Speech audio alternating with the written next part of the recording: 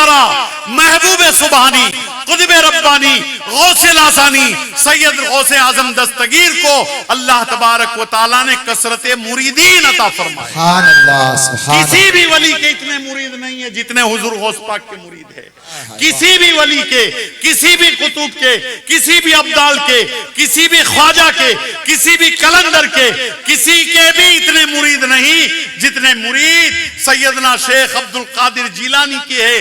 गौसे आजम इरशाद फरमाते हैं कि जिसने मेरे सामने मुरीद हुआ वो तो मुरीद है ही, लेकिन कयामत तक अगर कोई शख्स अगर इरादा करेगा कि मैं हुजूर गौस पाक का मुरीद हूं तो वो भी मुरीद में शामिल हो जाता है। सुभान अल्लाह। सिर्फ इरादा करने से गौस पाक का बन जाता है, सिर्फ इरादा करने से, नियत करने से हुजूर गौस पाक का मुरीद हो जाता है। अगर हम यहाँ दिल से इरादा करें कि हुजूर गौस पाक हम आपके मुरीद हैं तो गौस पाक के मुरीद हो गए। तो हमारे नबी को अल्लाह तबारक व तआला ने कसरत उम्मत अता फरमाई और हुजूर सैयदना गौसे आजम रज़ी अल्लाह तआला अन्हु को अल्लाह तबारक व तआला ने कसरत मुरीदीन अता फरमाए। इसलिए तो हुजूर गौस पाक फरमाते हैं कि मेरा मुरीद अगर मशरिक में होगा और मैं मगरिब में होऊंगा और अगर उसका जुब्बा ऊंचा हो जाएगा तो अल्लाह ने मुझे ताकत दी है कि मगरिब से अपने हाथों को वहां कर पहुंचा करके उसके जुब्बे को नीचा कर दूंगा। यह है सैयदना शेख अब्दुल कादिर जिलानी की बात। सैयदना शेख अब्दुल कादिर जिलानी गौसे आजम जिन्होंने इरशाद फरमाया था कदमी हाज़िही अला रग़बते कुल्ले वली अल्लाह, यानी मेरा कदम तमाम औलिया अल्लाह की गर्दन पर है। हुजूर गौस पाक ने आवाज कहां से दी? बगदाद शरीफ से। पूरी दुनिया में कोई वली पहाड़ की गुफा में अल्लाह की इबादत कर रहा था, कोई अपनी खानका में इबादत कर रहा था, कोई मस्जिद में मौजूद था, कोई गार में मौजूद था, कोई अपने घर में मौजूद था, कोई बाजार में मौजूद था। पूरी दुनिया में जितने भी औलियाए कामिलीन थे सबके कानों में अल्लाह तबारक व तआला ने हुजूर गौस पाक की आवाज पहुंचाई कदमी हाज़ी अला रग़बते कुल्ले वली अल्लाह, यानी मेरा कदम तमाम औलिया अल्लाह की गर्दन पर है।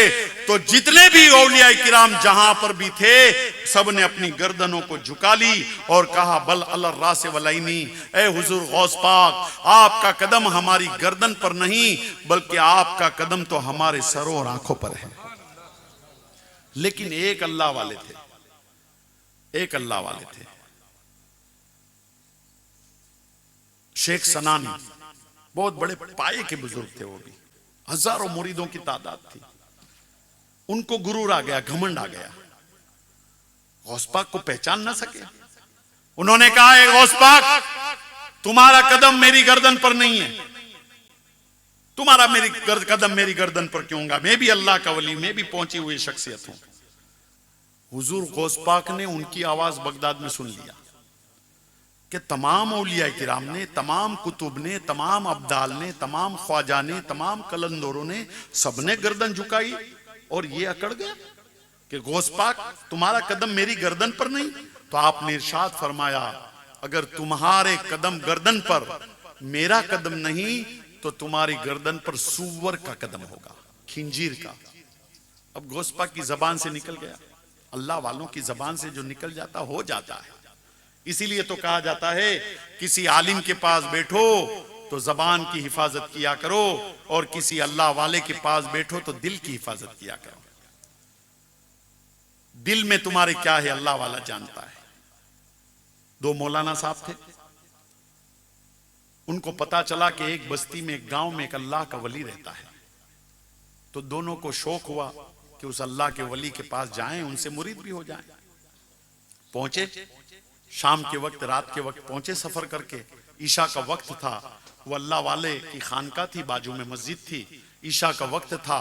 उस अल्लाह वाले ने ईशा की जमात कराई, इमाम हुए, लेकिन उनकी जबान में लुकनत थी, यानी हकलाते थे। तो जब उन्होंने कुरान पढ़ा तो शीन की जगह पे, बड़ी शीन की जगह पे छोटी सीन पड़ी। अब ये मौलाना थे, उन्होंने अक्ल से काम लिया, इल्म का तकब्बुर आ गया उनके दिल में। उन्होंने कहा यार ये अल्लाह का वली नहीं हो सकता, जो कुरान सही नहीं पढ़ सकता। बड़ी शीन की जगह पे छोटी सीन, इतना भी मालूम नहीं, उनको मालूम नहीं था कि लुकनत है। उन्होंने सोचा कि गलत कुरान पढ़ रहा है, तो उन्होंने आपस में मशवरा किया, यार मुरीद तो नहीं होना, ये अल्लाह का वली नहीं। अब आ गए हैं रात को तो कहां जाएंगे, गांव तो दूर है, पैदल चल के आए हैं, का इनकी खानका में ठहर जाते हैं। हजरत के पास गए, हजरत ने खाना खिलाया, रात को खानका में ठहरा दिया। आपके खानका के करीब एक नहर थी। दोनों मौलाना साहब ने सोचा फजर का वक्त हुआ, फजर की नमाज अदा करने के बाद के गुसल कर ले नहर में, उसके बाद नाश्ता करके निकल जाएंगे। अब नहर करीब में थी, कपड़े उतारे, लंगोट पहन करके नहर में नहाने के लिए उतरे। अब जब नहाने के लिए उतरे और सर को बाहर उठाया तो क्या देखा कि जहां पर कपड़े रखे हुए थे वहां पर शेर बैठा हुआ है, लाइन। किसी से पूछा कि भाई शेर तुम्हारे सामने आ जाए तो क्या करोगे, शेर तुम्हारे सामने आ जाए तो क्या करोगे? तो उस बंदे ने जवाब दिया, भाई शेर जब मेरे सामने आ जाए तो मुझे क्या करना है, जो कुछ करना है वो तो शेर को करना है, हमको क्या करना है, वो तो शेर करेगा, उसको क्या करना है। अब ये शेर को देखा, परेशान, बाहर निकले, शेर बैठा हुआ है कपड़ों के पास, अंदर रहे, ठंडी की सीजन है, ठंडी की वजह से बदन जकड़ जाएगा, बेचारे परेशान हो गए। तो अल्लाह वाले जिसको मिलने के लिए आए थे ये सारा मंजर अपनी खानका से देख रहे थे, उठे, उठ करके आए शेर के पास, शेर का कान पकड़ा, कान पकड़ करके कहा, हमारे मेहमानों को क्यों परेशान करते हो। देखिए अल्लाह वालों की ताकत, अल्लाह वालों की ताकत देखिए। इंसान शेर से डरता है, लेकिन अल्लाह वाले जो होते हैं वो शेर से नहीं डरते, इसलिए कि वो अल्लाह से डरते हैं। और हम लोग अल्लाह से नहीं डरते, इसलिए जानवर से भी डरते हैं, जलजले से भी डरते हैं, तूफान से भी डरते हैं, अजदह से भी डरते हैं, हर चीज से हम डरते हैं, इसलिए कि अल्लाह से नहीं डरते। और अल्लाह वाले अल्लाह से डरते हैं, अल्लाह की मखलूक से नहीं डरते। कान पकड़ा, शेर चला गया।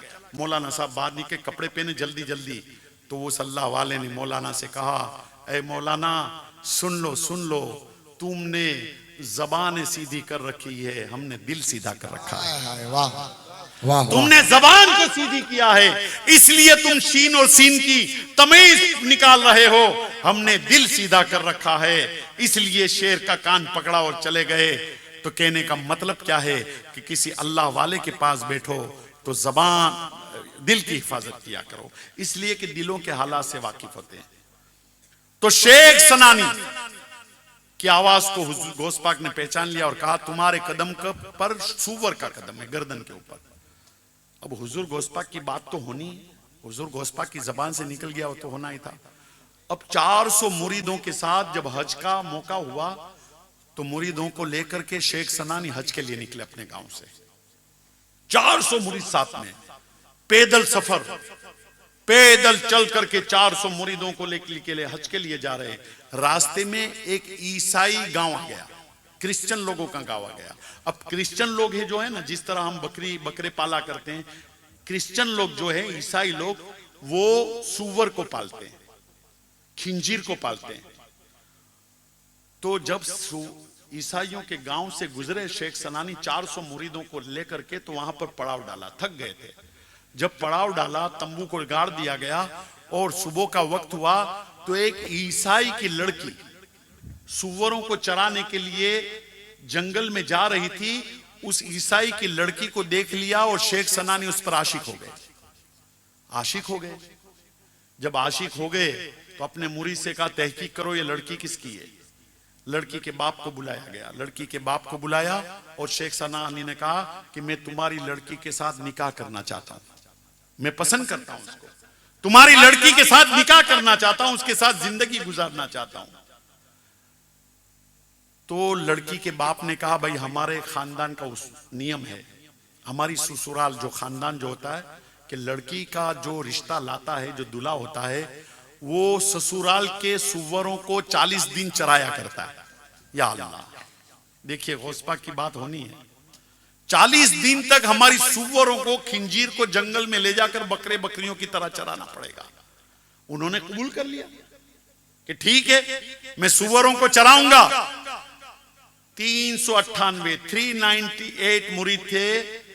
उन्होंने कहा, हमारा पीर गुमराह हो चुका है, चले गए, हमारा पीर गुमराह हो चुका है, चले गए। लेकिन दो मुरीद सच्चे मुरीद थे। उन्होंने कहा जब अच्छी हालत में हमने पीर का साथ नहीं छोड़ा तो इस हालत में पीर को कैसे छोड़ें। देखिए मुरीद भी वफादार होते हैं। मुरीद की भी दो किस्में, कुछ मुरीद मतलबी होते हैं, कुछ हकीकी मुरीद होते हैं। तो 398 मुरीद मतलबी थे। उन्होंने पीर की करामत को देखा तो साथ में थे, पीर का फायदा मिल रहा था तो साथ में थे, पीर की सब चीजों को देखा था तो साथ में थे। लेकिन जब पीर को देखा कि पीर तकलीफ में तो छोड़ दिया साथ। लेकिन दो मुरीद मुखलिस थे। कहा पीर हमारा, जब अच्छी हालत में पीर को नहीं छोड़ा। अभी एक दोस्त होता है, अभी किसी मालदार दोस्त है उसका, तो जब तक पैसा है दोस्ती है, अगर पैसा चला जाए और गरीब हो जाए तो उसको छोड़ देगा तो क्या कहलाएगा, गद्दार कहलाएगा। कि जब पैसा था दोस्त के पास तो दोस्ती थी और पैसा चला गया तो छोड़ दिया दोस्त। तो ये दो मुरीद भी वफादार थे। कहा नहीं हमको साथ नहीं छोड़ना पीर का, वो साथ में रहे। अब इधर उन्होंने खिंजीरों को यानी सुअरों को चराना शुरू कर दिया। एक दिन, 2 दिन, 3 दिन चराते रहे। अब एक मर्तबा शाम का वक्त हो गया था और जल्दी जल्दी सूरज गुरूब हो रहा था, अंधेरा हो रहा था। इसमें एक सुअर के पांव में कांटा लग गया। अब वो पांव में कांटा लगा तो वो सुअर है वो चल नहीं सकता था, तो देर हो रही थी। सब सुअर आगे, पीछे शेख सनानी, उसके पीछे दोनों मुरीद। अब सुअर को कांटा लगा, चल नहीं सका। सोचा गांव में जाएंगे अंधेरा हो जाएगा, लिहाजा शेख सनानी ने क्या किया, जो सुअर के पांव में कांटा लगा था उसको उठा करके अपने कंधों पर रख लिया। देखिए गौस पाक ने कहा था, एक शेख सनानी तेरी गर्दन पर अगर गौस का कदम नहीं है तो तेरी गर्दन पर सुअर का कदम होगा। हुजूर गौस पाक की बात होकर के रही।